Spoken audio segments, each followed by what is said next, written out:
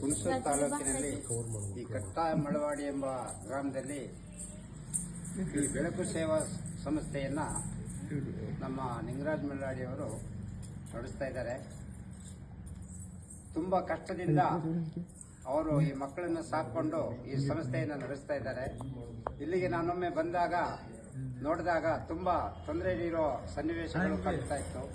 ಅದರಿಂದ ನಾನು ನಿಂಗರಾಜ್ ಮಲ್ಲಾಡಿ ಅವರಿಗೆ ಹೇಳಿದೆ, ಒಂದು ಗೋಲ್ಕವನ್ನು ತಂದು ನಮ್ಮ ಅಂಗಡಿಯಲ್ಲಿ ನನ್ನ ಕೈಯಲ್ಲಿ ಆದಷ್ಟು ಜನಗಳ ಹತ್ರ ಸಂಗ್ರಹಿಸಿ ಈ ಸೇವಾ ಸಂಸ್ಥೆಯ ಕಷ್ಟ ಸುಖಗಳಿಗೆ, ಪೆನ್ನು ಪುಸ್ತಕಗಳಿಗೆ, ಇನ್ನು ಬೇರೆ ಕಷ್ಟ ಸುಖಗಳಿಗೆ, ಸಣ್ಣ ಪುಟ್ಟ ಕಷ್ಟ ಸುಖಗಳಿಗೆ ಆ ಹಣ ಆಗುತ್ತೆ, ಸಂಗ್ರಹಿಸಿ ಕೊಡ್ತೇನೆ ಅಂತ ಹೇಳಿದೆ.